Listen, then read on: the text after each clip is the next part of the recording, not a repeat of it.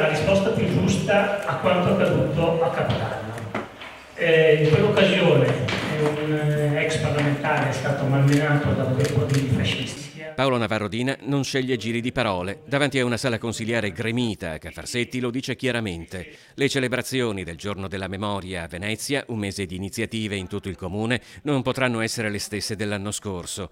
Pesano ancora troppo i cori inneggianti al Duce e ai forni crematori scanditi in piazza San Marco a Capodanno da un gruppo di neofascisti che ha poi aggredito davanti alla moglie e al figlio adolescente l'ex parlamentare Arturo Scotto e il giovane che aveva tentato di difenderlo. Sono fatti che accadono sempre più spesso, ma nello stesso tempo la nostra vigilanza, quella delle istituzioni, quelle delle comunità ebraiche e anche delle associazioni che con noi collaborano e monitorano, controllano e cercano di combattere in tutti i modi. A novembre il comune di Schio si è opposto al posizionamento di pietre d'inciampo davanti alle case dove abitavano i deportati del paese morti nei lager nazisti, definendole possibili fonte di odio e di divisioni.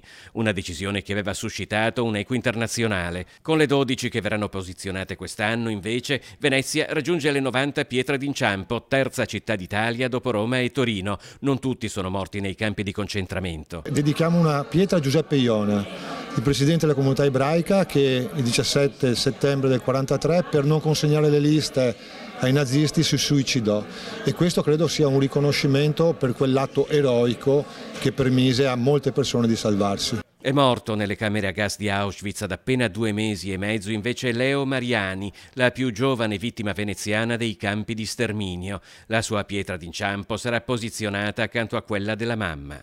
Il Comune di Venezia sin dall'inizio ha sicuramente deciso con forza di sostenere e diffondere il più possibile queste iniziative.